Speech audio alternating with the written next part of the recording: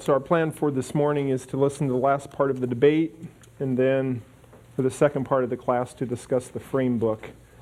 So we're seeing how Greg Bahnsen, who's a Christian arguing from a presuppositional approach, is arguing against Gordon Stein, who is an atheist. I guess you could say, the Bible says that the fool has said in his heart there is no God, and Bahnsen is setting out here to show why that is foolishness. And so he's arguing presuppositionalism. He's arguing that the atheistic worldview does not make sense and inherently breaks down. Ron, I guess what would be page 20, at least in that PDF that I found, which is starting segment 2. So let's go ahead and get this started. He will if he can find his notes.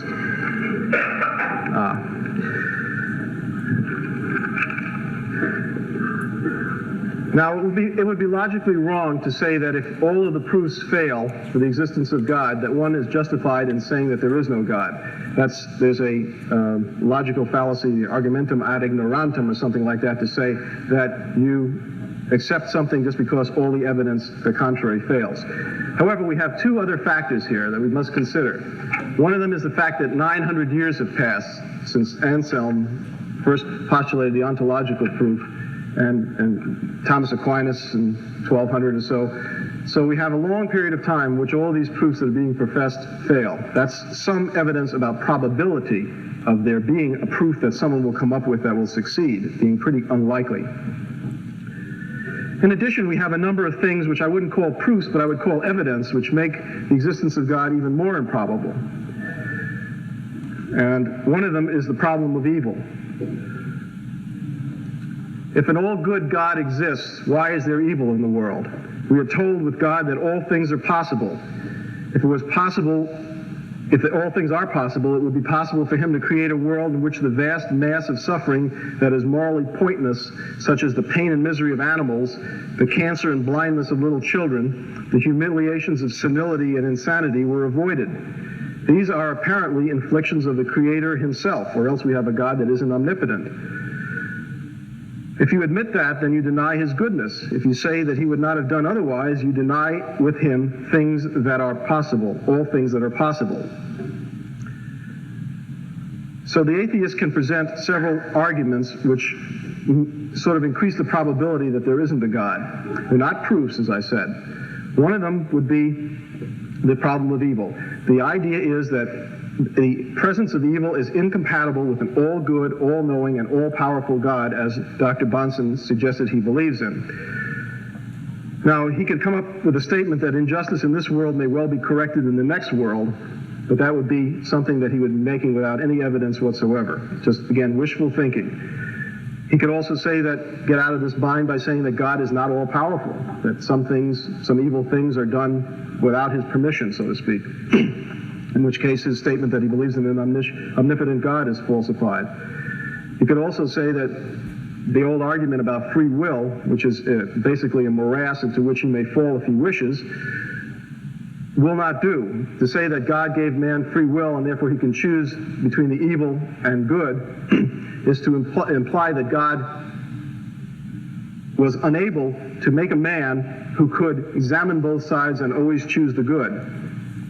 That, in other words, he's limited, and the only way he can do it is to let man completely choose for himself, as if that would take something away from man if he could examine both sides and still have the guidance within himself to always choose the good. Now, there's no obvious physical evidence of a God. If God wanted man to believe in him, man or woman, people, he could, all he have to do is put in an appearance before a group of people, especially a group of atheists. In fact, we invite him to our meetings to put in an appearance. And that way anyone would believe in him except a fool. Well, the Christian says that this may sound logical to you, but it doesn't to God. God evidently wants man to believe on faith without adequate evidence. Well, if he does, then why did he give man the power of reason? And why did he give man more reason than any other animal has?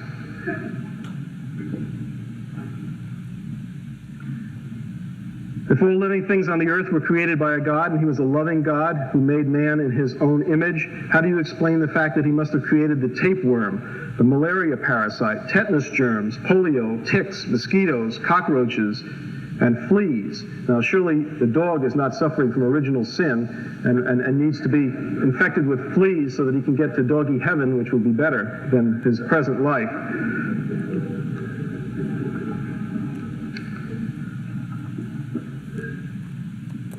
The standard answer of theists to this kind of question is things have to be better after death.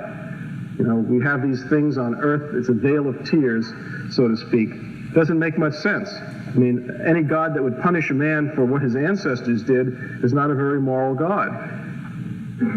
I'm talking about original sin now, Adam and Eve in the Garden of Eden.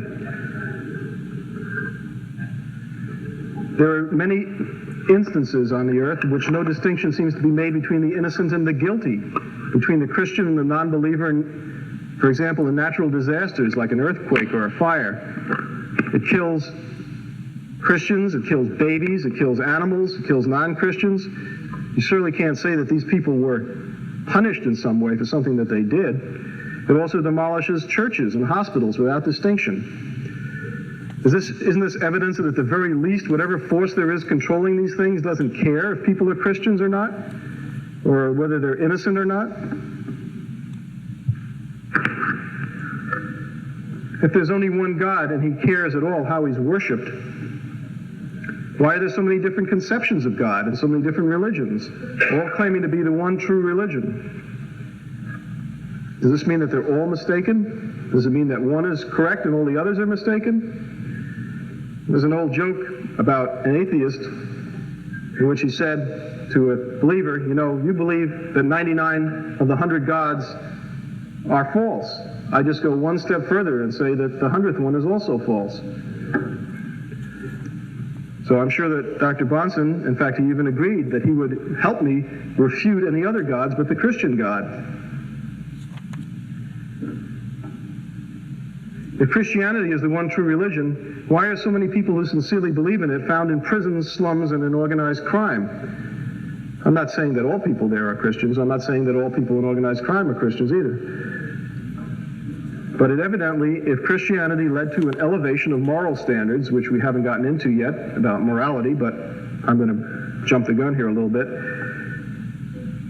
Christians would be expected to be highly moral, not less moral. In fact, studies of the religious beliefs of prisoners have shown that almost all were devout Christians. The number of atheists is less than 1%. And these statistics were in fact so disturbing to the people who conducted them that they stopped collecting them recently. Can't argue with the facts, though. Any system which seems to fail in its application as frequently as Christianity does is not a very good or practical system for mankind to follow. I don't want to get into a real discussion of Christianity, except that Dr. Bahnsen insists that the Christian God and Jesus and the other evidences that come from the Christian God, concomitants with them, are true and the others are not. What are we left with after this exercise? Well, we can see that we can't prove the existence of God by any rational or logical process, and Dr. Bahnsen has not offered us any. We have a factual issue here. Again, as I said, because the proofs fail, it doesn't mean that the existence is disproved, but I think it certainly is unproved. We can, as I will say in my closing statement, this does not leave us in a bleak and horrible world. There are many, many things that the atheist does with his life which make this world a nice place and enable him to get to the solving of the problems of this world instead of hoping for pie in the sky, which does not seem to be very probable. Thank you, Dr. Stein. Dr. Bahnsen, can we please have your 10-minute opening statement?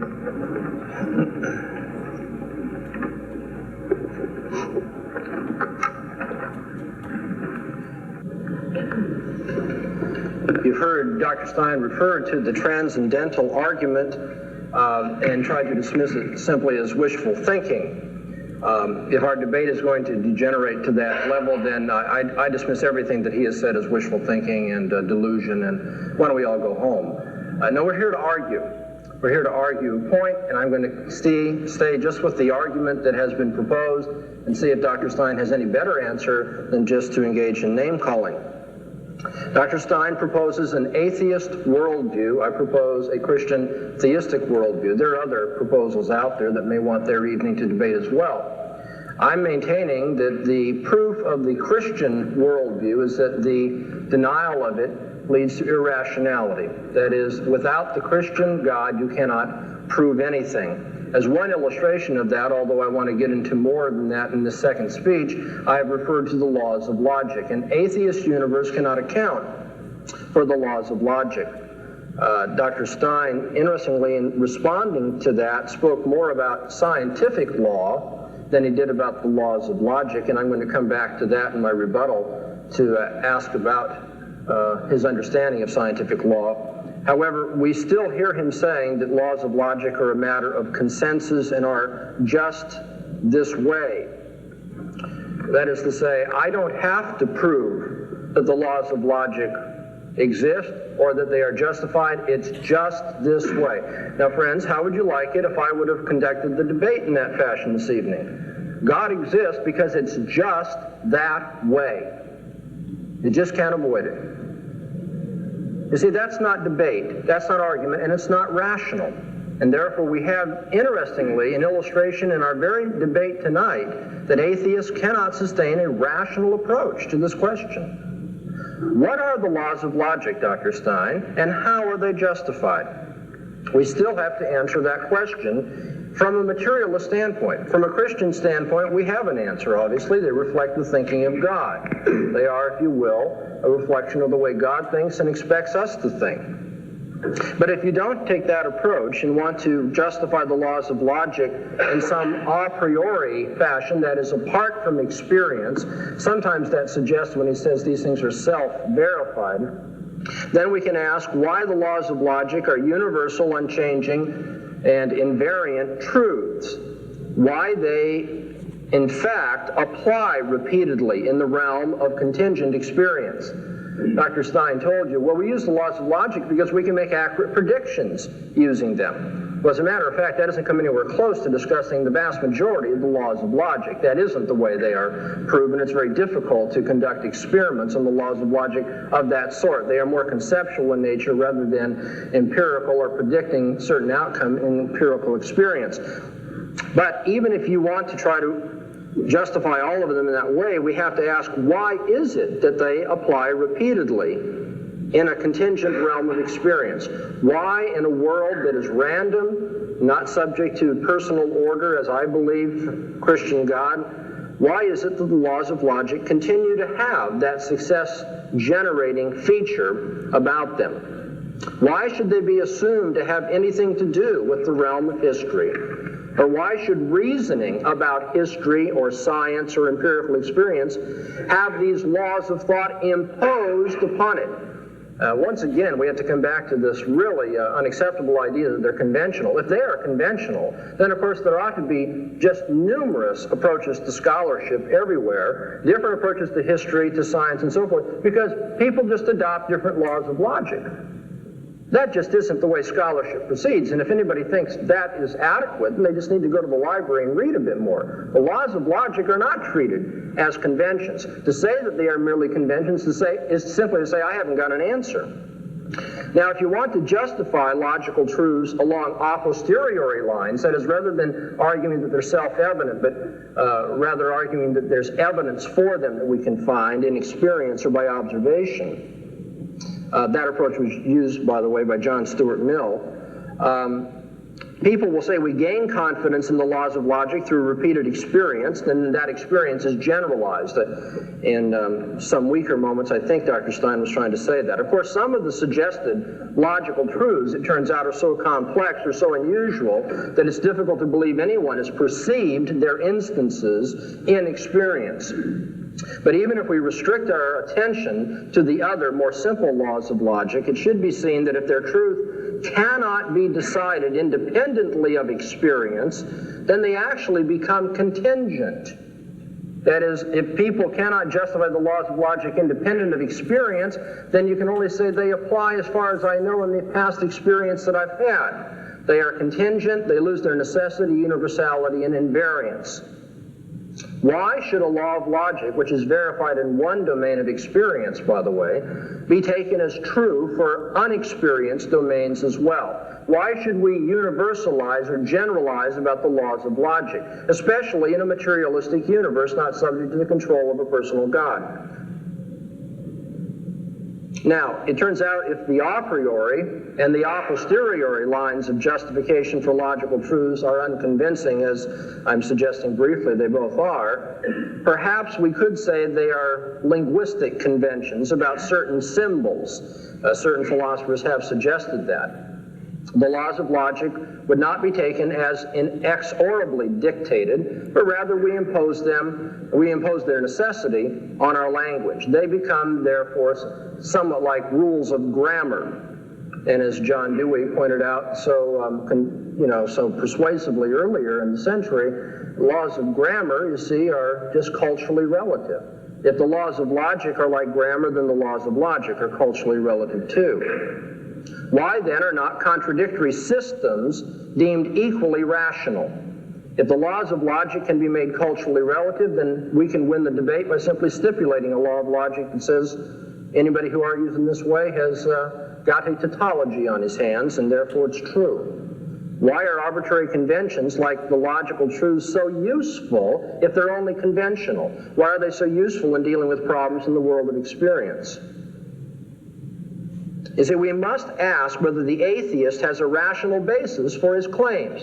Atheists love to talk about laws of science, laws of logic. They speak as though there are certain moral absolutes for which Christians were just a few minutes ago being indicted because they didn't live up to them. But who is the atheist to tell us about laws? In a materialist universe, there are no laws, much less laws of morality that anybody has to live up to.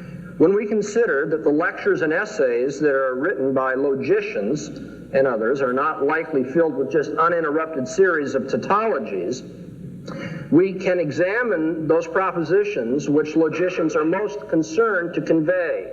For instance, logicians will say things like a proposition has the opposite truth value from its negation. Now, when we look at those kind of propositions, we have to ask the general question, what type of evidence do people have for that kind of teaching? Is it the same sort of evidence that's utilized by the biologist, by the mathematician, the lawyer, the mechanic, by your beautician? What is it that justifies a law of logic, or even belief that there is such a thing? What is a law of logic, after all? There's no agreement on that question. If we had universal agreement, perhaps it'd be silly to ask the question. It's been suggested to you that it's absurd to ask these sorts of things, although the analogy that was used by Dr. Stein about the absurdity of asking about the cause of the world is not at all relevant, because that isn't what my argument is. By the way, that's not absurd to ask that question either. It may be unnecessary to ask it if you're an atheist, but it's certainly not absurd to ask it. But it isn't absurd to ask the question that I'm asking about logic. You see, logicians are having a great deal of difficulty deciding on the nature of their claims. Anybody who reads in the philosophy of logic must be impressed with that today. Some say that the laws of logic are inferences comprised of judgments made up of concepts. Others say that they are arguments comprised of propositions made up of terms. Others say they are proof comprised of sentences made up of names. Others would simply say they are electrochemical processes in the brain. In the end, what you think the laws of logic are will determine the nature of evidence that you will suggest for them. Now, in an atheist universe, what are the laws of logic? How can they be universal, abstract, invariant? And how does an atheist justify the use of them? Are they merely conventions imposed on our experience, or are they something that reflect absolute truth? Dr. Stein tonight has wanted to use the laws of logic. I want to suggest to you one more time that Dr. Stein, in so doing, is borrowing my worldview. He's using the Christian approach to the world so that there can be such laws of logic, scientific inference, or what have you, but then he wants to deny the very foundation of it. Thank you, Dr. Bahnsen. Dr. Stein, you now have an opportunity to cross-examine Dr. Bahnsen. This will last 4 minutes. Is mathematics either atheistic or theistic? Foundations of mathematics, yes. Which? Theistic. Theistic? Christian theistic. How do you figure that? From the impossibility of the contrary. No other worldview can justify the laws of mathematics or of logic. because no other worldview can account for universal and variant abstract entities such as them. Do you think it's fair, since you pointed out that logicians themselves are in great disagreement about the nature of the laws of logic, to ask me to explain them in a way that you would find satisfactory? Yes, it's fair. Why? Because this is a rational debate about worldviews. You have a naturalistic worldview, I have a supernaturalistic one. I want something even beginning to be an answer how a naturalist can justify a universal abstract entity. I haven't heard one yet. Okay, is logic based upon mathematics? No. Never? Not symbolic logic, for example? No. I would disagree with you. Well, if we want to get into Russell and Whitehead and debate those issues, we'd be glad to do that. But if you ask a simple question, I can only give you a simple answer. I'm not convinced. You said that... Assume the opposite. As far as I'm concerned, as a Christian, I'm not committed one way or another to that. If you want to say mathematical laws and the permutation laws of math are the same as those used in logic, that's fine. How do you justify either one of them is my question. Well, I would ask you a more fundamental question, that as you explained that the laws of logic reflect the thinking of God, number one, how do you know this? And number two, what does it mean? What difficulty are you having understanding what does it mean? I don't know how you are privy to the thinking of God. He revealed himself through the scriptures of the Old and New Testament. And that explains the logic. That explains logic. That explains why there are universal standards of reasoning, yes. It doesn't explain them to me. Could you explain them again? Yeah, we have Bible studies from time to time where those things can be delved into. You mean you spend some time rationalizing the irreconcilable, or reconciling the irreconcilable? No, that's just, like the two accounts in Genesis, the two pedigrees of... This is a cross-examination. If you have something other than a rhetorical question, I'll try to answer it. Well, it's not intended as a rhetorical question. It's intended as the previous one was rhetorical only. No, it was intended to show that your last statement was disingenuous and Please limit your comments to questions. Yes, okay. Saying that logic reflects the thinking of God is to make a non-statement. How is that an answer to anything that's relevant in this discussion? It answers the general metaphysical issue of how there can be universal invariant abstract entities in a particular person's worldview. If you want to know the precise relationship, for instance, if somebody wants to know how did God make a cow, okay, the statement that God made the cow has meaning apart from my being able to explain the mechanics of God making a cow. Likewise, the statement that the laws of logic are intelligible within a Christian theistic universe has meaning because there are things which are in fact spiritual, immaterial, and have a universal quality, such as God's thinking and those standards that he imposes on people. And so again, we can at least metaphysically make sense of invariant abstract entities in one universe, whereas we can't make sense of them at all in the other. We're not asking for the mechanics here, or anything precise such as resolving the relationship of logic to math and that sort of thing. I'm simply asking a more general question. If you're an atheist, how in the atheist universe is it possible to have an abstract universal law? Thank you, Dr. Stein. Dr. Bahnsen, you now have a 4-minute opportunity to cross-examine Dr. Stein. Hey, Dr. Stein, you made reference to David Hume and his rejection of miracles. Have you also read David Hume in his discussion of induction, or more popularly, the uniformity of nature? Long time ago. I can't recall exactly what he said. I have read David Hume. All right. Thoroughly. Were you convinced a long time ago that you had an answer to Hume's skepticism about induction? Can't answer that question honestly. I don't remember this is at least 15 years ago that I read this. The validity of scientific laws were undermined by Hume when he contended that we have no rational basis for expecting the future to be like the past, or if you will, to be types of events, so that one event happening can be understood as a type of event, so where it's seen happening somewhere else, the same consequence can be expected from similar causation. Hume said we had no Excuse me, rational Dr. basis for Bahnsen, that. can we have a question, please, for Dr. Stein? Yeah, I'm trying to set up the question. Hume suggested that there was no rational basis for expecting the future to be like the past, in which case science is based simply on convention, or if you will, habits of thought. Do you agree with Hume? Not on this issue, I don't. Do you now have an answer for Hume? I think he was wrong about that one thing, but he was also right about a lot of other things. Nobody's perfect. What is the basis for the uniformity of nature? That I went through this, but I'll be glad to reiterate it. Okay. The uniformity of nature comes from the fact that matter has certain properties which it regularly exhibits. It's part of the nature of matter. Electrons, oppositely charged things attract, and the same charges repel. There are certain valences that can fill up the shell of an atom, and that's as far as it can combine. Do all electrons repel each other? If they're within a certain distance of each other, yes. Have you tested all electrons? All electrons that have ever been tested repel each other. I have not tested all. Have you read all the tests on electrons? Me personally, or can I go on the witness of experts? Have you read all of the witnesses about electrons? All it takes is one witness to say no, and it would be on the front pages of every physics journal, and there are none, so therefore I would say yes, in effect, by default. Well, physicists have their presuppositions by which they exclude contrary evidence too. But in other words, you haven't experienced all electrons, but you would generalize that all electrons under certain conditions repel each other. Just statistically, on the basis of past observation. And we don't know that it's going to be that way 10 minutes after this debate then. No, but we see no evidence that things have switched around either. Okay.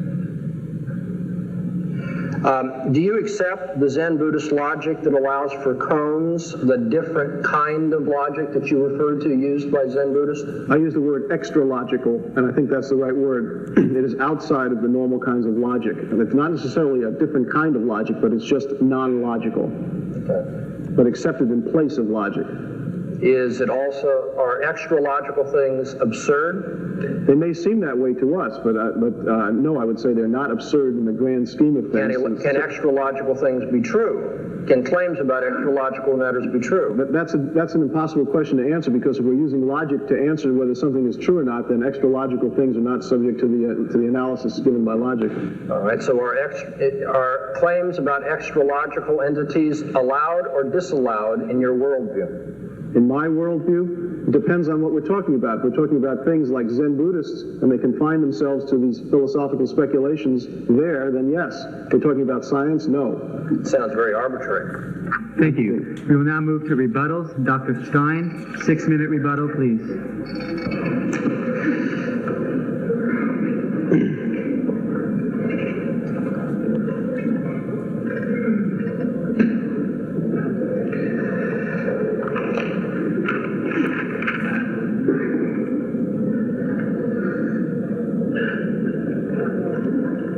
I would first like to make one little factual rebuttal about a statement that was slipped by in the first speech of Dr. Bahnsen, that atheists caused the French Revolution. This is a full statement.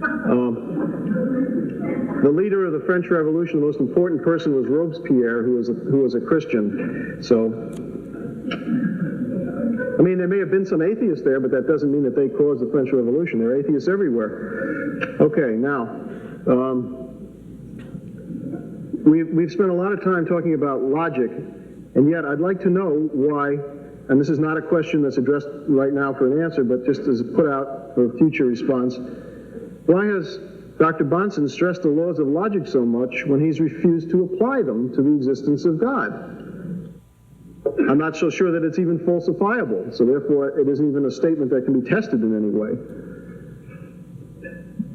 He has stressed the laws of logic because he knows that there's no explanation for the laws of logic that philosophers agree upon. This is a trap, in effect. I may have fallen into it. If so, fine. The point is, it's not relevant to his position. To say he doesn't have an answer to the laws of logic either. To say that they reflect the thinking of a God is to make a non-statement. First of all, he doesn't know what the thinking of a God is. All he knows is what has been said by men to be what they thought the thinking of a God might have been many, many years ago. Maybe, if we're granting all the possible things in his favor. It's like saying, as I said before, that God created the universe. Unless you explain how he created it, you have not made a statement that has any intrinsic value to it. I mean, you may have made a part of a statement, but I want to hear the other half. What is there in the method that God used that we can learn something from? I mean, why did God do it? If you want to be a little bit more nasty, it's not valid to ask science why something happens. We can ask how it happens, but science doesn't try and answer the question why. But theologians, do ask the question why and try and answer it. I have not heard an answer as to why God did anything that he supposedly did, nor have I heard how God did it. These are the two most essential, meaningful answers to asking a question. If we don't supply those, we have ducked the whole center of the issue and just given you another mumbling which doesn't go anywhere. I'll give you an example. If I said, how did that car that's parked in the parking lot, that red car right in front, how did it get here? And you say, General Motors made it. That does not explain how the car got here. Now, if you want to go and explain that in Detroit, 100 men worked a certain number of hours to make this car out of steel that they got from Youngstown, Ohio, from a smelting plant, and then maybe we're getting somewhere. So how that car got here. I don't mean how it got on the Irvine campus. I mean, how did it get here in existence? So until we have that kind of an answer, we have not said anything. To say that General Motors made it is not answering the question of how that car got here. Neither is there an answer to say that God made it. And I would ask Dr. Bahnsen to explain, if he thinks he knows the answer, which none of these philosophers know about the laws of logic, to put his answer in some kind of meaningful language. To say that that the laws of logic reflect the thinking of God is to make a non-meaningful statement. And not just to me, to anyone. I want to know whether God thinks rationally all the time, whether he can be irrational. How do we know when he's being irrational? Is it possible for him to be irrational? I want to know what kind of logic God uses. Does he use the kind of logic that we can demonstrate, that we can test in the same way that we use the logic that we're talking about in science? If so, should it be impossible for God to contradict himself in any way? Can he make a stone so big he can't lift it? Is that a logical impossibility? Is God limited by that kind of a thing? Can God make a square circle? I mean, these are little logical games that we play that don't really ask important questions, but they have a reflection on some kind of a problem that he is having with his concept of God. That if God can do anything, if he's omnipotent and omniscient and omnibenevolent, can he do those two things I said or asked? And if he does, what kind of logic is he using? The logic of self-contradiction? Until we have some answers to these questions, I don't think we've got very much meaningful from Dr. Bahnsen in the first place about any issue. He certainly hasn't applied logic to the proofs for the existence of God that have been offered by philosophers. Thank you, Dr. Stein. Dr. Bahnsen, you now have 6 minutes allocated for your rebuttal. All right. Dr. Stein has demonstrated, it seems to me repeatedly in the course of tonight's debate, the claim that was made very early on in my original statement, and that's that the atheist worldview cannot give an account of those things which are necessary for rational discourse or science. When asked about Hume and the skepticism that he generated about induction or the uniformity of nature, we don't hear an answer coming forth. I don't think there will be an answer coming forth from the atheist worldview. However, Dr. Stein, who is an atheist, has said, and I think this is close to a quote, if there were no uniformity, science would be impossible. Exactly, Dr. Stein. If there were no uniformity, science would be impossible. So on what basis in an atheist universe is science possible? Since in an atheist universe, there's no basis for assuming that there's going to be uniformity. For someone to say, well, it's been that way in all the cases in the past that we know of, and therefore very probably it's going to be that way in the future, is to assume, because you're using probability, that the future is going to be like the past. That is to say, is to beg the very question that's being asked you. Now, of course, if you don't like the tough philosophical questions that are asked you about the nature of laws of logic, how they are justified, the nature of natural law, how it is justified, and so forth, and just dismiss it as absurd questions or non-questions that no one understands and does not have meaning, it seems to me it's just to try to give medicine to a dead man. You see, it's to say, I'm not going to reason about that because I haven't got an answer to it, and that's just uncomfortable. But you see, these are philosophical questions which not just Christians, by the way, but all philosophers have had to ask and face throughout the centuries. Dr. Stein doesn't even begin to scratch the surface of giving us an answer how an atheist worldview can account for laws of science, laws of logic, laws of morality. And yet he does tell us without them, science would be impossible. As for the transcendental argument not being logical, you can claim that, but I've yet to see Dr. Stein show any self-contradiction or any violation of the laws of logic in it. And of course, if he were, I would immediately ask him if that law of logic is one of the things that we are necessarily to live according to. Are we to reason by this law? Or is that just a convention? Should I say, well, that's your convention, but it's not mine? Or is that law of logic universal and variant, and something that must be followed if we're going to arrive at truth? If it is, then I'm going to ask him how it's possible to have such a thing in his universe, how he can justify it at all. But he hasn't shown any contradiction. He simply, again, called it illogical. Whether it's falsifiable or not, even asking that question, I think, shows that Dr. Stein is not really aware of the philosophical nature of the question and debate before us. No, transcendentals are not falsifiable. That's right, but they are very meaningful, the very sorts of things that philosophers deal with all the time. You look at Kant or Aristotle or other philosophers, you'll see they deal with the preconditions of experience. And since they are the preconditions of experience, they are not falsifiable, and yet they are meaningful. He says that I do not have an answer to these questions either. Well, I certainly do. It's just he doesn't like the answer.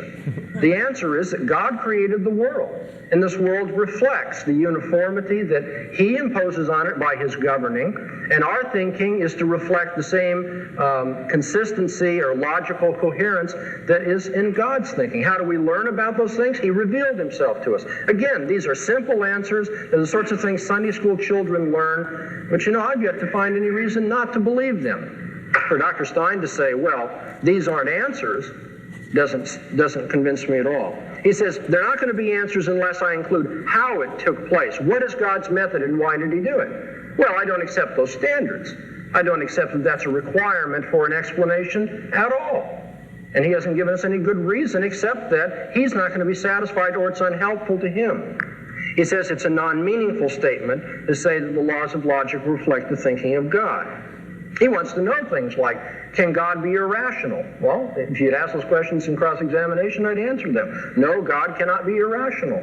Rationality is measured by the standard of his thinking and his revelation. The atheist worldview cannot account for the laws of logic, cannot account for any universal or abstract entities for that matter, cannot account for the uniformity of nature, and therefore cannot account for the successes of science. Nor can the atheist universe give us universal and absolute laws of morality. And so on three of the most important issues philosophically that men must face, logic, science, and morality, the atheist universe is completely at odds with those things. Well, we have 1 minute left here. I want to answer very quickly those few things that Dr. Stein brought up in his second presentation so that I might rebut them. He wants to know about the problem of evil. My answer to the problem of evil is this. There is no problem of evil in an atheist universe because there is no evil in an atheist universe. Since there's no God, there's no absolute moral standard, and nothing is wrong. The torture of little children is not wrong in an atheist universe. It may be painful, but it is not wrong. It is morally wrong in a theistic universe, and therefore there is a problem of evil of perhaps a psychological or emotional sort. But philosophically, the answer to the problem of evil is you don't have an absolute standard of good by which to measure evil in an atheist universe. You only have that in a theistic universe, and therefore the very posing of the problem presupposes my worldview rather than his own. God has a good reason for the evil that he plans or allows. Thank you, Dr. Bahnsen. We have now concluded segment number 2 of this evening's debate, and we will move very quickly into segment number 3, which is closing statements. Dr. Stein has the first closing statement, which will be of a 10-minute duration.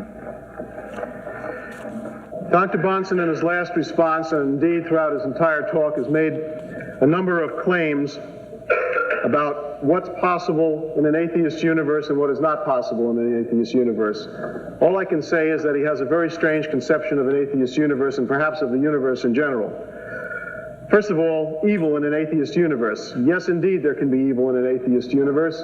Evil is, by definition, in an atheist universe, that which decreases the happiness of people, the most unhappiness of people. In other words, if we have two things that, if we want to make a comparative evil statement, which is more evil than another, the thing is more evil, which causes more people to be unhappy. Now, how do we know this? Well, we don't know it. It's a consensus, just like morality in general is a consensus. It's a consensus reinforced by the teachings of society through its parents to children, teachers to students, the media, literature, the Bible. All of these things reinforce morality through teaching and the socialization process. And also we pass laws to punish people that violate some of the more blatant cases that we have said are no-nos. So the idea that there's no evil in an atheist universe is utter hogwash. But our evil is at least a rational, determinant thing. We don't say, well, did God make this evil?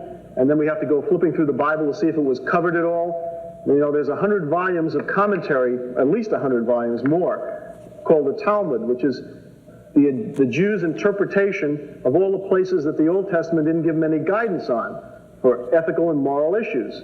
So, I mean, these things are not clearly spelled out in the Bible. We have no guidance on a lot of things as to what's evil. Is ovum transplant evil? I mean, you don't find that in your Bible. You've got to go and look at the issues, and you do an analysis just the way any rational philosopher would do it, or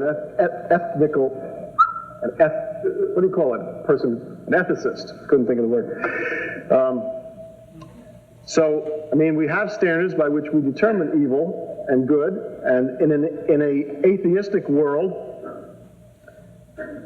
the atheistic worldview, I think I've demonstrated that the regularity of matter, which is an inherent property of matter, explains that the way we are able to make laws which are generalizations in the field of science.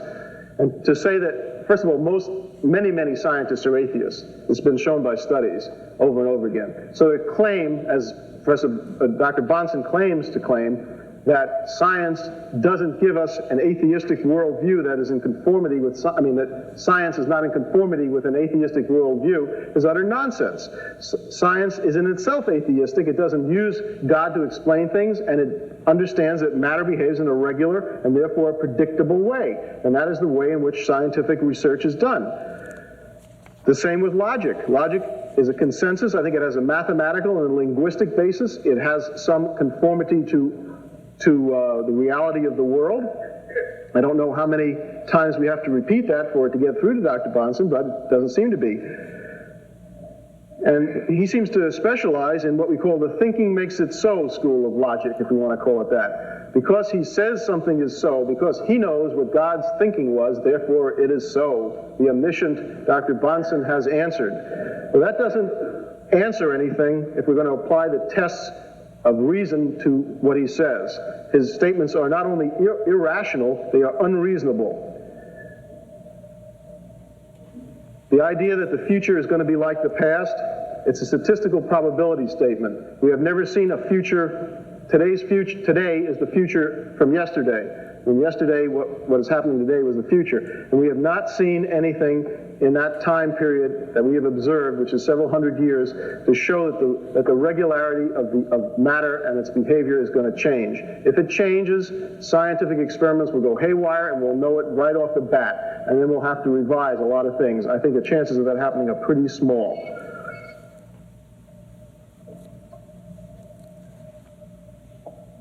Now, let me just finish by saying that atheism is not a bleak and negative concept. It frees man, it sweeps away the theological debris that has prevented man from taking action to correct the problems of this world. We want to feed the hungry, we want to educate the illiterate, we want to clothe the naked. We want to raise the standard of living. We want to spread reason and thinking and progress and science. These are all things which are in and of themselves atheistic. We don't do them because God tells us to do them. We do them because they're right. They need to be done in this world. And if we do them because they're right and we make people happy, we will be made happy ourselves by making other people happy. It's a very positive world outlook. It's something which I don't think Dr. Bahnsen has even mentioned, but it's certainly the other side of the coin. I mean, what happens when you wipe away the God concept? Are you left with nothing? No, you're left with the responsibility that you have to take on yourself. You are responsible for your actions, and also you get the credit for the things that you do. And I would rather have a realistic worldview that gives up a few things that would be nice to have but just don't happen to be true. And I'd rather operate on a worldview like that than I would on making wish fulfillment of things that just are not so. Thank you, Dr. Stein. Dr. Bahnsen, your 10-minute closing statement, please. I want to begin my closing statement by thanking the debate team for inviting both Dr. Stein and myself here for this interesting evening and interchange, and thank you all for giving up an evening to discuss what I consider a very important question. And I thank Dr. Stein for coming and for his graciousness toward me. As far as my rebuttal, or excuse me, my closing statement, I need to deal, I think, first of all, or perhaps in the entire time, analyzing this remark that my statements have been tonight irrational. Well, perhaps they have. But you see, saying so doesn't make it so. That's something we just heard as well. And so if my statements have been irrational, then we are going to need some standards of reasoning by which these statements have been shown to be irrational. Dr. Stein has yet to explain to us in even the broadest, simplest Sunday school child manner that I told you about laws of logic, laws of science, and laws of morality. He hasn't even begun to scratch the surface to tell us how in his worldview there can be laws of any sort. And if there can't be laws or standards in his worldview, then he can't worry about my irrationality, my alleged irrationality. The transcendental argument for the existence of God has not been answered by Dr. Stein. It's been debated, it's been made fun of, but it hasn't been answered. And that's what we're here for, rational interchange. The transcendental argument says the proof of the Christian God is that without him you can't prove anything. Notice, the argument does not say that atheists don't prove things. The argument doesn't say that atheists don't use logic, science, or laws of morality. In fact, they do. The argument is that their worldview cannot account for what they are doing. Their worldview is not consistent with what they are doing. In their worldview, there are no laws, there are no abstract entities, there are no universal things, there are no prescriptions. There's just the material universe, naturalistically explained in the way things happen to be. That's not law-like or universal, and therefore the worldview doesn't account for logic, science, or morality. But atheists, of course, use logic, science, and morality.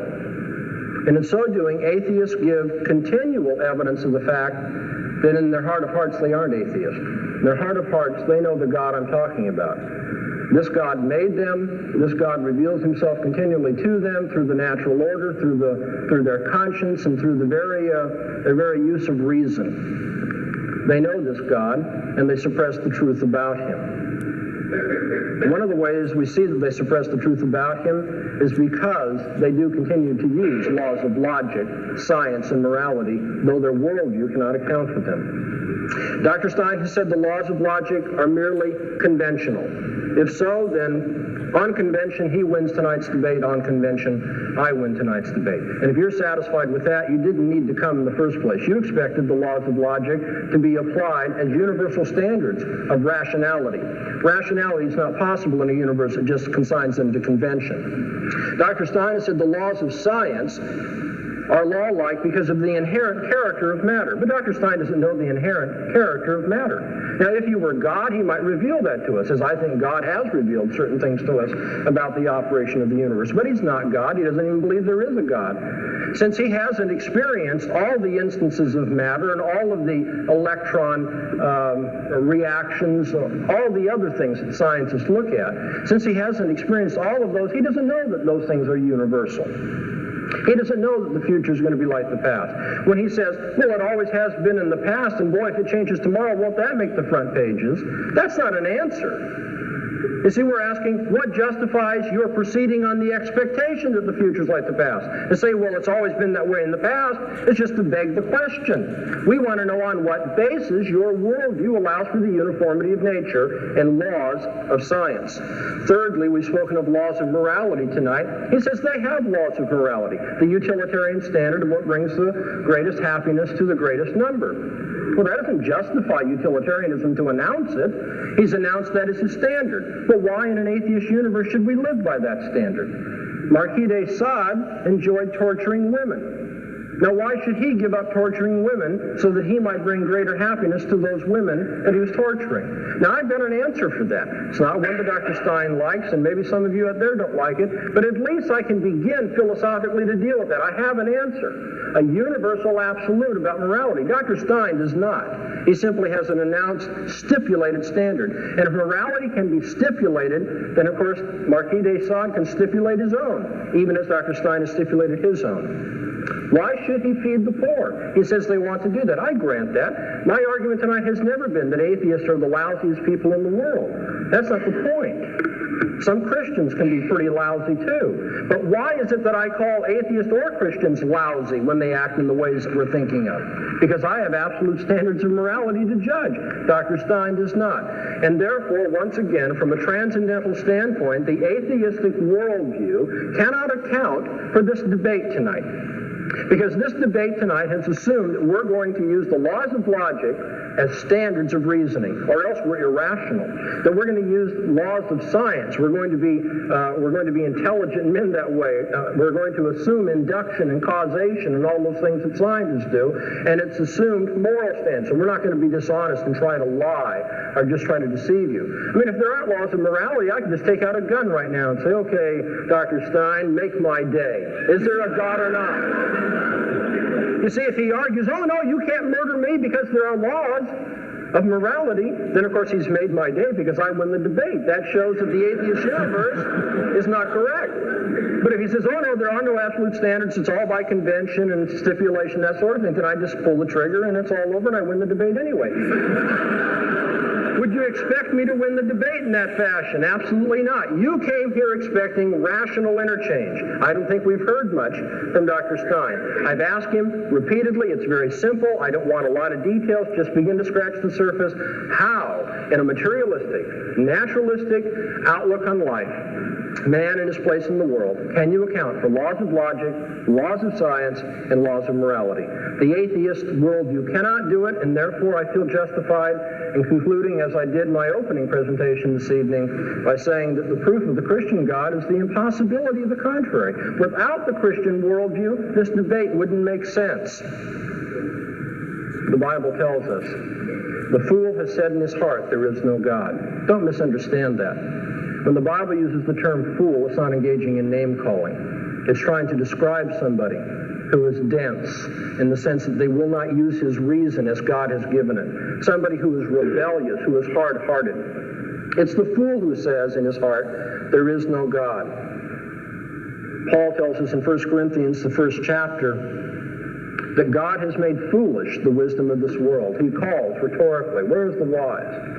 Where is the disputer or the debater of this age? Hasn't God made foolish the wisdom of this world? In a sense, I think what Paul is telling us, if I can amplify and read between the lines, is the whole history of philosophy is an argument for the existence of God. The whole history of philosophy is an argument for the existence of God because of the impossibility of the contrary. Someone who wants to say contrary to what the Bible says about God, let him stand up and answer these questions. Let him show that in his heart he may say there is no God, but he can't live that way. He can't reason that way. In Romans, the first chapter, Paul says God is making himself known continually to all men and persuasively, so that men do not have an excuse for the rejection of the existence of the Christian God. That isn't to say that all men confess this God. Not all will own up to him as their heavenly Father. Not all will submit to him. Some continue to rebel. Some continue to devise their fool's errands and rationalizations for why they don't have to believe in him. That's what the Bible teaches. I didn't come here and make this up. I didn't come here tonight, to say, well, if you don't agree, you see, you're just being rebellious. That's what the Bible says. What I want you to do tonight is to go home and to consider whether there isn't something to that. Why is it that some people continue to use laws of logic, laws of morality, laws of science, and yet they have a worldview that just clashes with that, and they just won't do anything to resolve the contradiction? Dr. Stein tonight made reference to my doctoral dissertation on self-deception. He wondered how relevant it might be. Well, it's very relevant. Very relevant. Because what I do in that doctoral dissertation is to show that there are some people who know the truth and yet work very hard to convince themselves that it's not true. Now, of course, atheists think that's what Christians are doing. I recognize that, and we'd have to argue what the evidence for and against self-deception is. All I want to leave with you tonight is the fact that self-deception is a real phenomenon. It does happen to people. People who know the truth and yet work very hard to rationalize the evidence, convince themselves, as Paul says, suppress the truth and unrighteousness, convince themselves that there is no God. Well, you can choose tonight between the Christian worldview, the atheist worldview. We haven't touched all of the issues that you may want to look into, but in broad strokes, we have touched on a very important issue. If you're going to be a rational man, a moral man, a man of science, can you do so in an atheist universe? I say you can. Thank you, Dr. Bahnsen. Okay, let's take a break. Obviously, we cannot answer every single question that's going to be posed here this evening. They will be sorted through by our question panelists that we have here this evening. They will be read by me at the podium. The person to whom the question is directed will have an opportunity to respond for 2 minutes. His opponent will have an opportunity to respond for 1 minute. The first question, in keeping with our format this evening, will be directed to Dr. Greg Bahnsen. Dr. Bahnsen, the question reads, what solid evidence do you have to maintain that the Christian faith is the only true religion with a God? There are religions far older and more or just as widespread, which millions of people consider valid. Once again, what solid evidence do you have to maintain that the Christian faith is the only true religion with a God? That's a very good and relevant question. I want to say two things just by way of preface.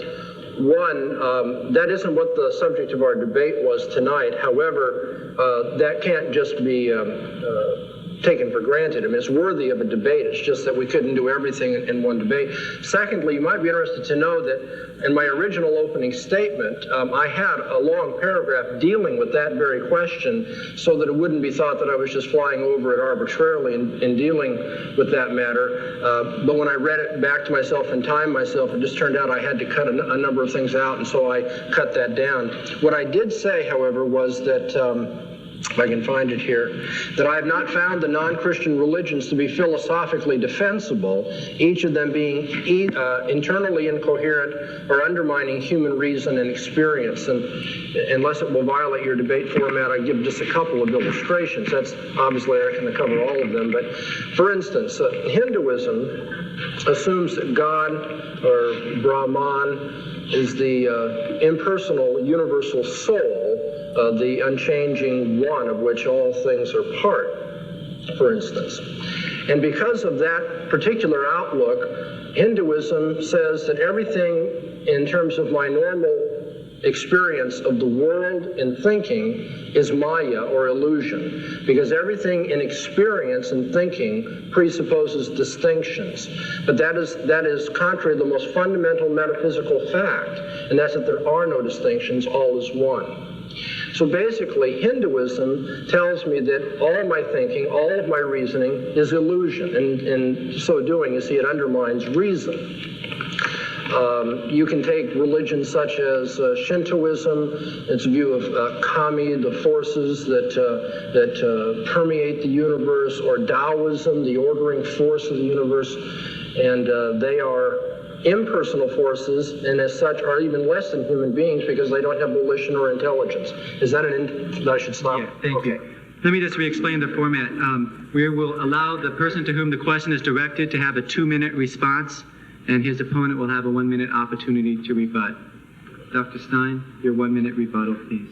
Well, Dr. Bahnsen has criticized Hinduism. I would make the case that Hinduism is no more irrational than Christianity is, nor do I think that it is any more irrational than Islam is, nor is it any more irrational than almost any other religion that you want to name. With one exception, I'd say Buddhism is more rational than either Christianity or Hinduism. That doesn't mean that I accept Buddhism either, but I just think it's more rational. At least it makes some psychological sense, if nothing else. Thank you, Dr. Stein. The next question will be directed to you, Dr. Stein, and the question reads as follows. According to your definition and basis for evil, why was Hitler's Germany wrong? Or was it? Note, Jews and others were defined as non-persons, so their happiness doesn't really count. Once again, according to your definition and basis for evil, why was Hitler's Germany wrong? Or was it? Well, Germany is part of the Western European tradition. It's not deepest Africa or some place on Mars. They have the same Judeo-Christian background and basically the same connection with the rest of the developed world. So therefore, the standards of morality that have been worked out as consensuses of that society apply to them too. They can't arbitrarily, Hitler can't arbitrarily say, well, I'm not going by the consensuses that genocide is evil and wrong. I'm just going to change it and make it right. He has not the prerogative to do that, neither does the German society as a whole, because it is still part of a larger society, which you might call Western society. So even though morality is a consensus, it's not a consensus of one person or two people, it's a consensus of entire civilizations, and he cannot just arbitrarily do that, so what he did was evil and wrong. Okay, Dr. Bahnsen, your 1-minute rebuttal, please. Dr. Stein continues to beg the most important questions that are brought up. He tells us that Hitler's Germany was wrong because Hitler or the German people didn't have the right to break out of the consensus of Western civilization. Why not? Why is there any moral obligation upon Hitler or the German people to live up to the past tradition of Western morality? In an atheist universe, there is no answer to that question. He gives the answer, but it's totally arbitrary. Thank you. Our next set of questions, please, from the panelists.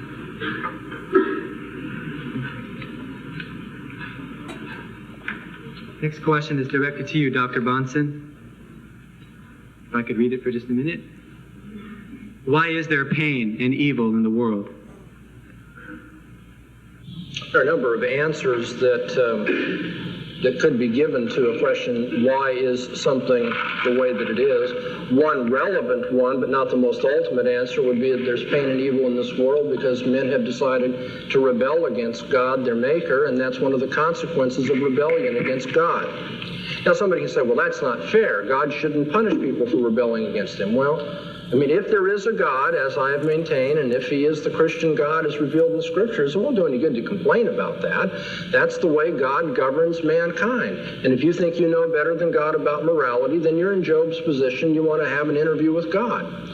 And you'll end up like Job. You'll put your hand over your mouth and you'll say, I've spoken too soon. I can't contend with the Almighty.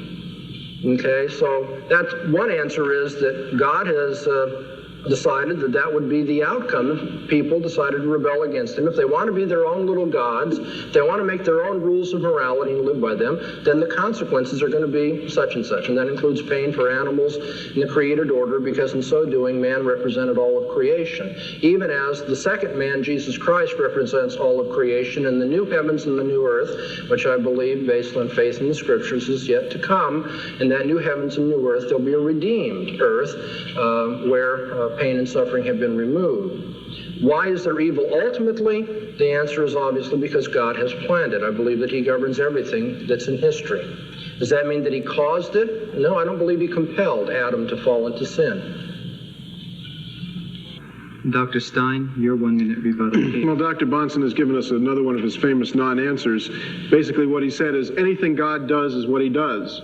It's a tautology. It doesn't say anything. Now, how can someone rebel against an omnipotent God? This is a logical self-contradiction. If God is omnipotent, he has the power to prevent man from rebelling against him. And assuming he doesn't like rebellion, which I think Dr. Bahnsen would concede, because man is evidently going to be punished for this in some way, for his rebellion, eventually, on the day of judgment. If God had the power to prevent him from rebelling, then he ought to prevent him from rebelling.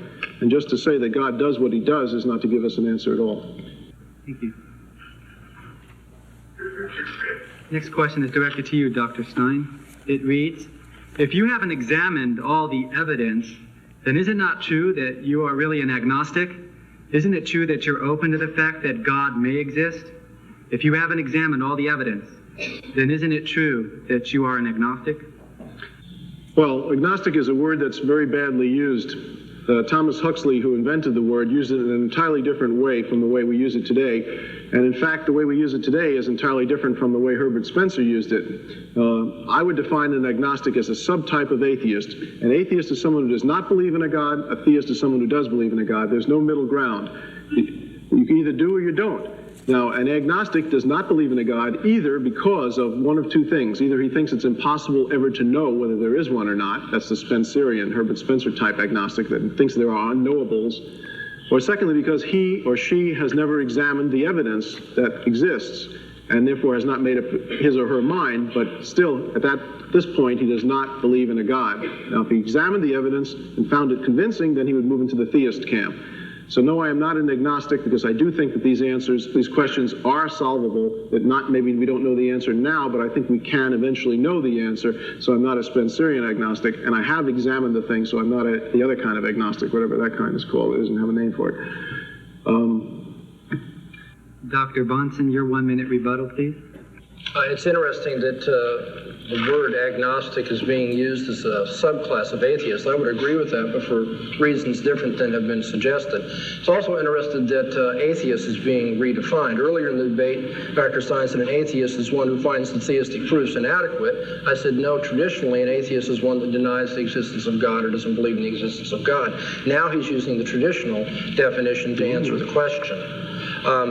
One more interesting comment about that, and we'll let it go. He says, we do believe there are answers to these problems. We have yet to find them. You see, that's the problem. Atheists live by faith.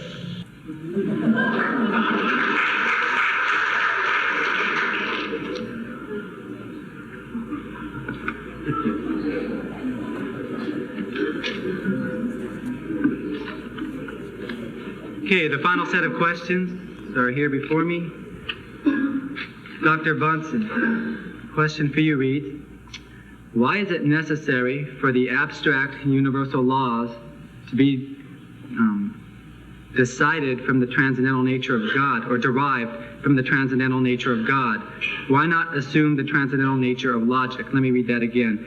Why is it necessary for the abstract universal laws to be derived from the transcendent nature of God? Why not assume the transcendental nature of logic? Somebody who wrote the question is good in that you've studied some of these philosophical issues. The answer may not be meaningful to everybody in the audience, but very briefly, is that I do believe in the transcendental nature, the laws of logic. However, the laws of logic do not justify themselves just because they're transcendental. That is a precondition of intelligibility. I mean, why isn't it just sound and fury signifying nothing? That's a possibility too.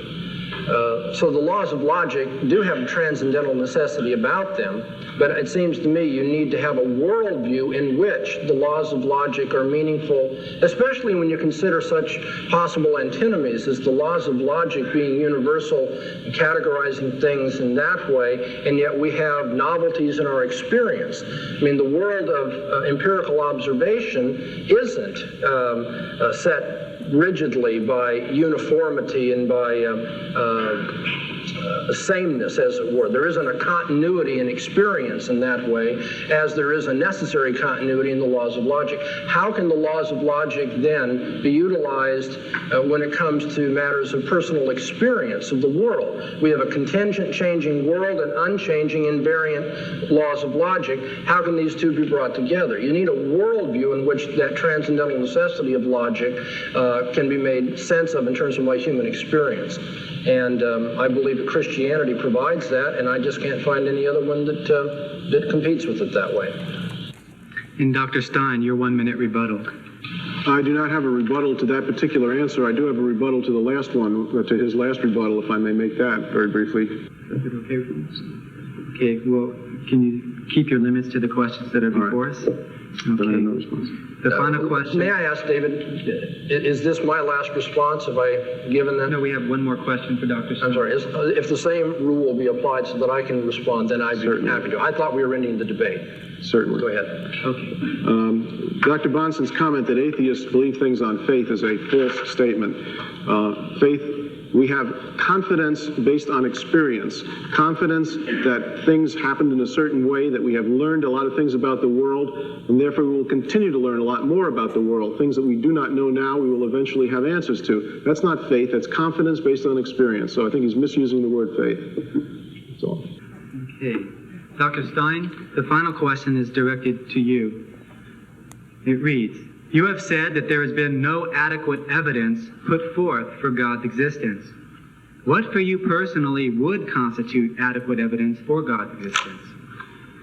Well, it's very simple. There would be I can give you two examples. If that podium suddenly rose into the air 5 feet, stayed there for a minute, and then dropped right down again, I would say that that was evidence of a supernatural, because it would violate everything we knew about the laws of physics and chemistry, assuming that there wasn't an engine under there or a wire attached to it. I mean, we could make those obvious exclusions. That would be evidence for a supernatural violation of the laws. It might be call it a miracle right in front of your eyes. That would be evidence I would accept. Any kind of a supernatural being putting in an appearance and doing miracles that could not be stage magic would also be evidence that I would accept. Those are the two simplest ways. I would also accept any evidence that's logically non-contradictory, and I have not heard any yet tonight. That hasn't been offered already. Okay, Dr. Bahnsen, your 1 minute rebuttal, please. Yes, Dr. Stein, I think, is really not reflecting on the true nature of atheism and human nature when he says all it would take is a miracle in my very presence to believe in God. History is replete with, first of all, things which would be apparently miracles to people. Now, from an atheistic or naturalistic standpoint, I will grant, in terms of the hypothesis, that that's because they were ignorant of all the causal factors, and so it appeared to be miraculous. But you see, that didn't make everybody into a theist. In fact, the scripture tells us there are instances of people who witnessed miracles who all the more hardened their heart and eventually crucified the Lord of glory. They saw his miracles. That didn't change their mind. People are not made theists by miracles. People must change their worldview. Their hearts must be changed. They need to be converted. That's what it takes. And that's what it would take for Dr. Stein to finally believe in it. If this podium rose up 5 feet off the ground and stayed there, Dr. Stein would eventually have, in the future, some naturalistic explanation. Because, you see, they believe things on faith, by which I mean they believe things they have not proven as yet by their senses. Thank you, Dr. Bahnsen. Oh, maybe just look at a few things that I wrote down and kind of made some comments on for discussion. Actually, I mean, if you have your the PDF in front of you, the whole issue of Hume, it's interesting from what we looked at yesterday. Stein ends up referring to David Hume. And then he ended up referring right after that, talking about the sun is going to rise tomorrow. You don't need too much proof because it's been rising every day. If I just say the sun is not going to rise tomorrow, then we need an extraordinary amount of evidence. It's kind of interesting that later, I mean, because as I stated yesterday, Hume himself used that. He said you couldn't know that the sun was going to rise tomorrow based on induction. I think it's interesting that Bahnsen caught him on that and really made him admit that he didn't really understand Hume, which I think was quite a thing to point out, because he really didn't understand Hume in that area. When you come to page 20, I just was marking down things as I was going through this. You have Stein's opening statement. If you notice on pages 20 and 21, he makes a big deal out of the problem of evil. You should note that, because that is probably the most existential issue that you'll have to deal with, at a philosophical level or just a common layperson level, and you're dealing with families and stuff. We have tragic things happen. That appears to be the biggest question Christians are asked today, is the whole issue of evil. So he argues for a problem of evil disproves God. He argues, Christians make a lot out of the teleological argument, but he argues for dysteleology, which is what appears to be things like parasites and diseases and all that stuff, which he thinks argues against design. He argues for the presence of many religions as being evidence that there is no God. And he also argues that Christians can be bad people, which I think that Bahnsen already dealt with in his introduction. Page 22, you get Bahnsen's opening statement. Oh, actually, on page 22, which would be the last statement before Bahnsen's, he talks about that being an atheist doesn't leave us in a bleak, horrible world. And so, which is something I think Bahnsen will call him on after this. In his opening statement, Bahnsen, reaffirms that transcendental argument over and over again. And I would have to say that one thing that popped into my mind as I was listening to this is this was really atheism on trial in this debate. I mean, the title of it is called "Does God Exist?" But I mean, Bahnsen really flipped it and just put, at least in my opinion, Stein on his heels the whole time. It doesn't appear to me that Bahnsen allowed God to be put on trial. It was atheism that was put on trial. And then he obviously hits hard the whole issue of the laws of logic. That ends up being one example. That's not the only, gun in the shooter, but Bahnsen really emphasized that. On page 25, the last paragraph before cross-examination, Dr. Stein denied has wanted to use the laws of logic. I want to suggest to you one more time that Dr. Stein, in so doing, is borrowing from my worldview. He's using the Christian approach to the world so that there can be such laws of logic, scientific inference, or what have you, but then he wants to deny the very foundation of it. So Bahnsen makes clear that atheist unbelievers use laws of logic, they use laws of science, they use laws of morality, but in doing so are inconsistent and can't explain the foundation of them. That's why, as I told you earlier, that presuppositionalism ends up being very foundational. It asks a lot of whys and pushes you back to the basics of metaphysics, epistemology, morality, and asks for the best explanation of those things. You notice in the cross-examination on page 25 that when Stein asked Bahnsen, are mathematics atheistic or theistic? It's theistic, and not only that, Christian theistic. Which again, because this is God's world, everything is His. Everything points to Him. There aren't these neutral things that are apart from Him. So mathematics, laws of logic, uniformity, morality, everything that is true, it points back to Him. Bahnsen states in that, he's asked, how do you figure that? From the impossibility of the contrary. No other worldview can justify the laws of mathematics or of logic because no other worldview can account for universal, invariant, abstract entities such as them. Then on the when Bahnsen examined Stein on page 27 and following, he called him out on the Hume issue and forced him to admit that, I have to admit that Hume was wrong on that one thing, but he was right on others. When it came to Stein's rebuttal, I thought he was kind of thrown off on there, going back to trying to show that the French Revolution really had more of a Christian influence than an atheistic.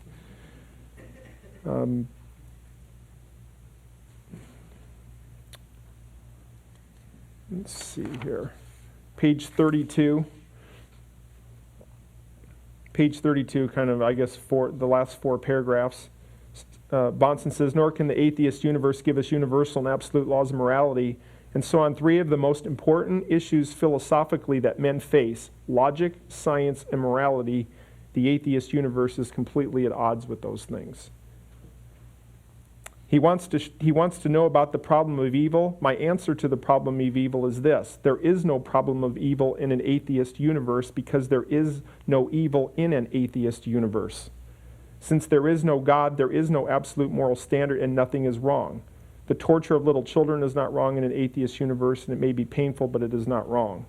Especially since they take a relativistic, cultural relativism when it comes to the whole issue. Which I think is an important point to understand, and I think I think Frame covers it, and I think Bahnsen does as well in the upcoming book that we're going to read of his. But the very awareness of evil only makes sense within a Christian worldview, and so I think he says it in the book. I've heard it on his tapes, but Bahnsen will say that when somebody calls up to complain about that issue against God by the problem of evil, he likes it. The more angry they are and the more upset they are, the more he says that's a good thing. Because he'll point that out to them. I mean, this child abduction or murder or whatever, there's a sense in which you're right to be upset with that, because that is wrong. It is universally wrong. And then he goes on to say it is morally wrong in a theistic universe, and therefore there is a problem of evil. There is a problem of evil of perhaps the psychological or emotional sort, but philosophically the answer to the problem of evil is you don't have an absolute standard of good by which to measure evil in an atheist universe. You can only have that in a theistic universe, and therefore the very posing of the problem presupposes my worldview rather than his own. God has a good reason for evil that he plans or allows. Let's see, page 33.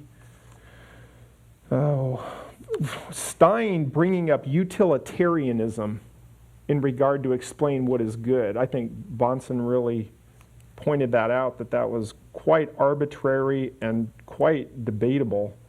Page 33, I guess it'd be second paragraph. First of all, evil in an atheist universe. Yes, indeed, there can be evil in an atheist universe. And then here's the definition. Evil is by definition in an atheist universe that which decreases the happiness of people, the most unhappiness in people.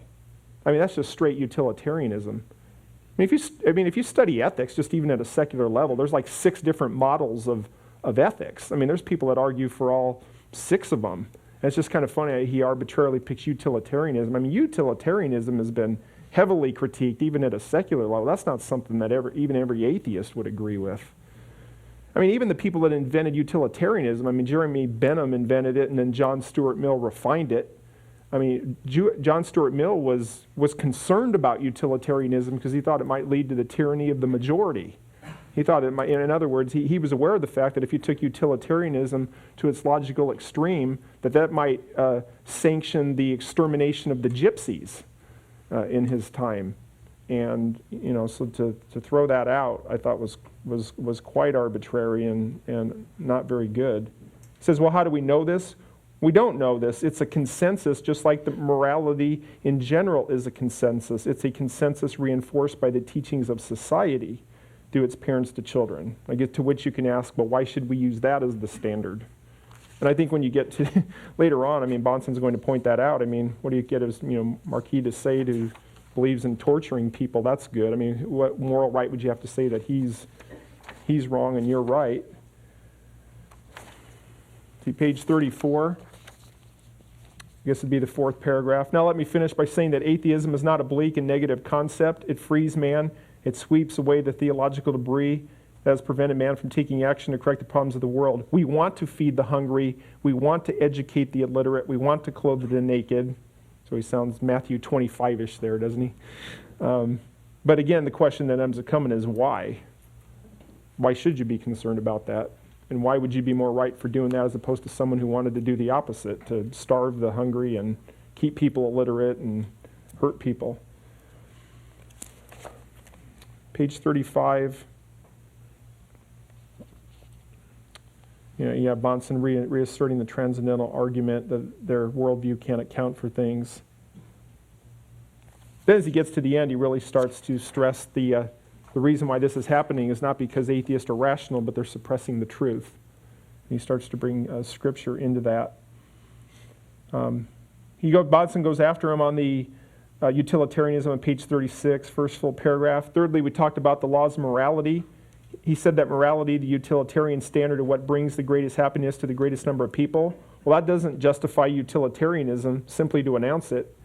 He's announced that it's a standard. But why? In an atheistic universe, should we live by that standard?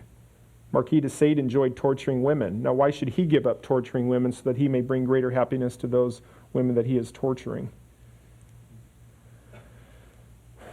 And then Bahnsen points out that he has an absolute standard of morality by which makes sense of his that makes sense of ethics. I liked it how he, on page 37, he says that Dr. Stein said that his Bahnsen's dissertation on self-deception was not relevant, and Bahnsen says, yes, it's very relevant.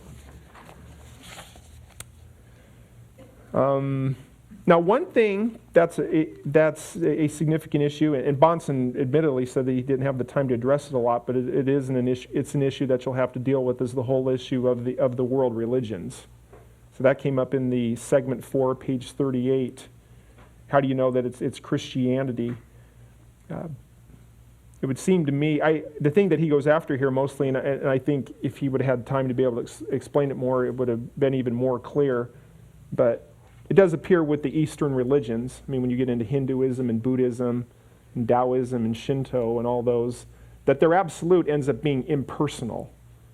And if you read Frame, which I thought was a pretty significant section where he's talking about, if you have any kind of morality or ethics, it needs to bump up against some personal absolute.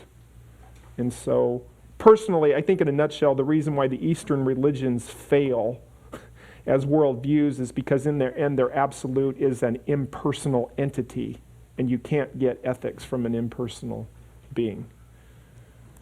Now, when you get to Islam, that gets a little bit more difficult in the sense that you have presuppositionalists taking different approaches to that. Some will just say that Islam just ends up being a perversion of Christianity, and others will argue that it's fatalism and its concept of God is still too impersonal and has some other things that make it internally inconsistent, but we'll have to try to talk about that later.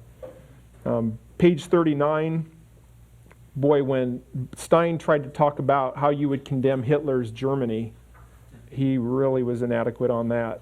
I mean, just all over the place on this. So he's asked about, on page 39, according to your definition of base for evil, why was Hitler's Germany wrong? Well, Germany is part of the Western European tradition. And they have the same Judeo-Christian background. How ironic. All of a sudden, the Judeo-Christian background is now a basis for why Hitler shouldn't do something. So even though Christianity is not true, we're going to use the Judeo-Christian worldview to condemn Hitler and say he has no right to do what he did because that's the morality. That's quite The fact that he says it's not deepest Africa or someplace or Mars is almost like he's saying, but if it were, then it might be okay. It might be okay. It's like, what are you saying? Yeah, you know? I know.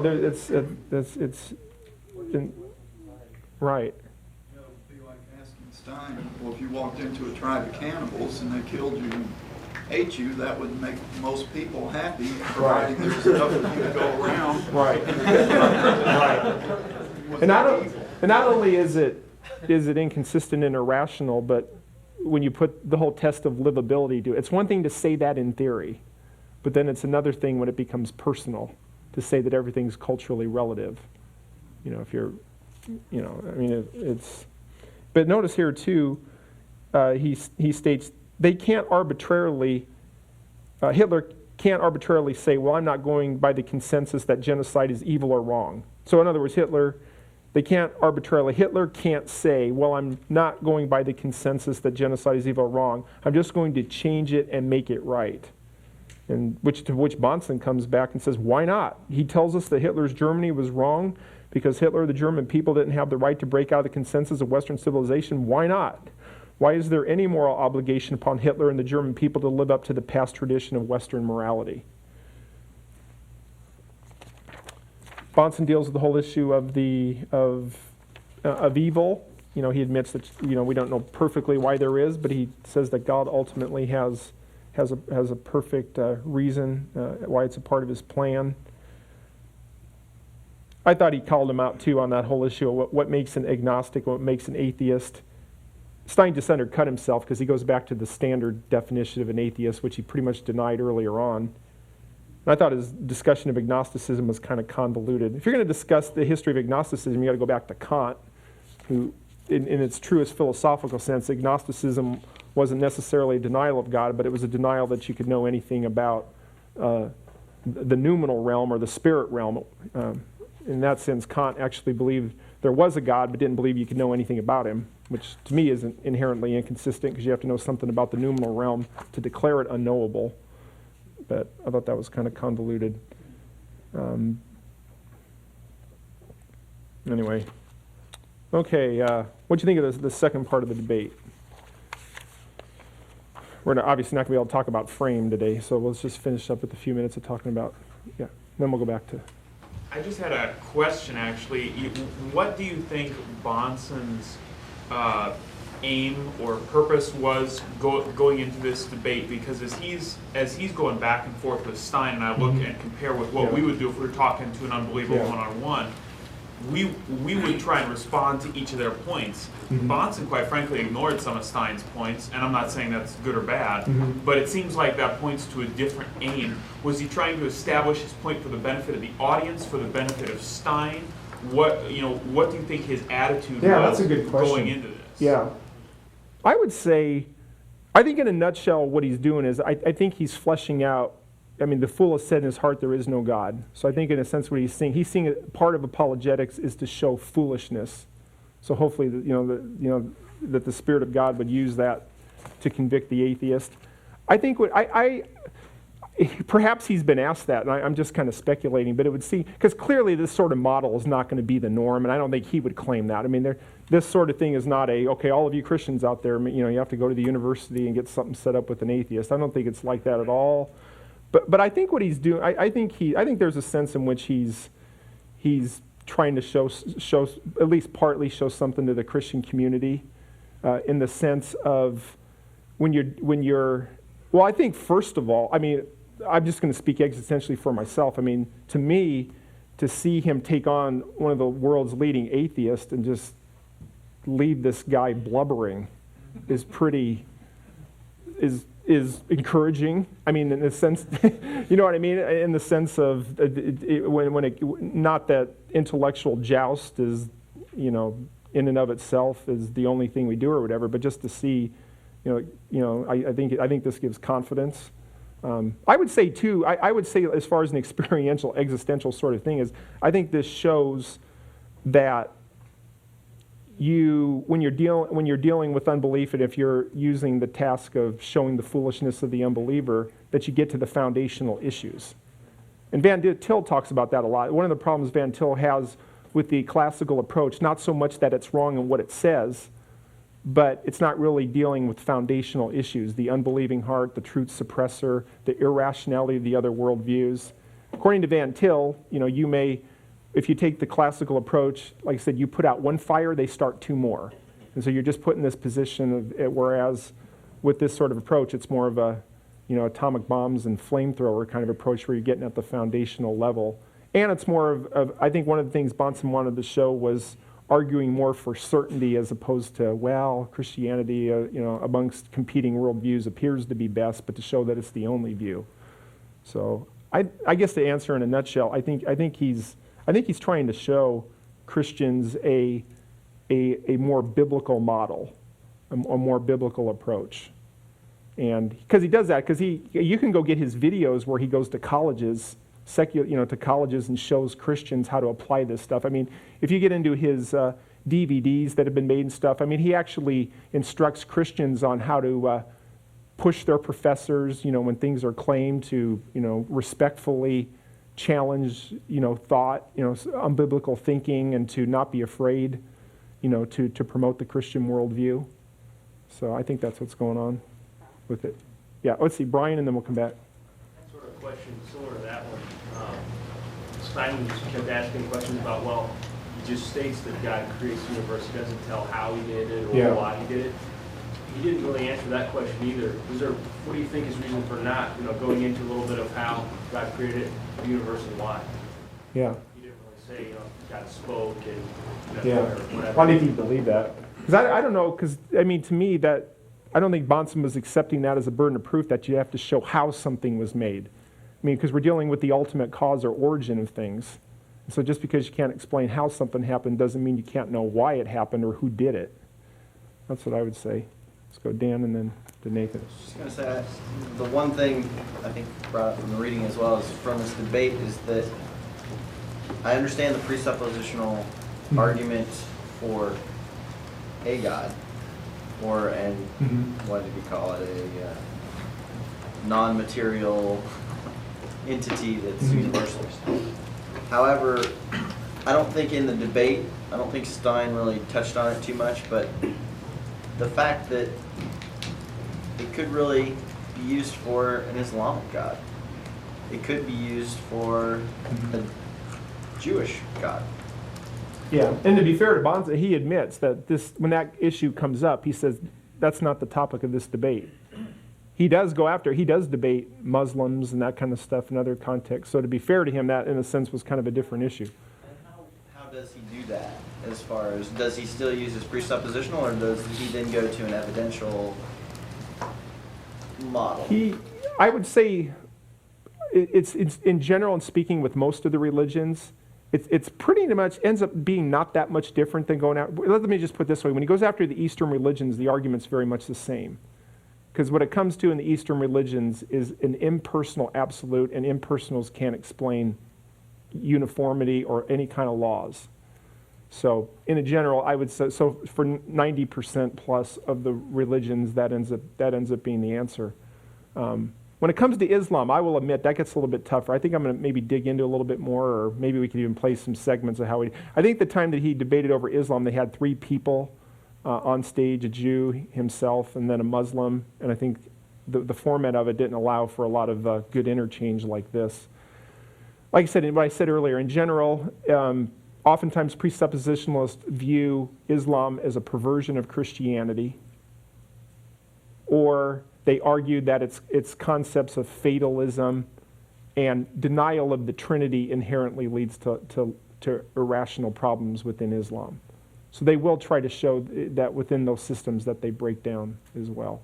But I will be honest, it does get harder when you're dealing with religions that have a personal absolute. It gets a little bit more tricky. And to some extent, when you're dealing with the minutiae of a religion, even when Christian religion, like if you're just trying to argue presuppositionally, you're going to be falling back on the presupposition of not necessarily rational areas. It gets into the unknown, the black boxes of our presupposition.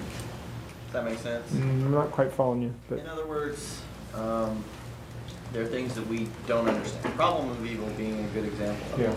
We can touch around the edges, but to some extent we have to fall back on our presupposition that because of who God has said he is, that's how it is, and he knows we don't. There ends up a sense where everybody has an ultimate presupposition that they're taken by faith. That doesn't make it irrational, but yes.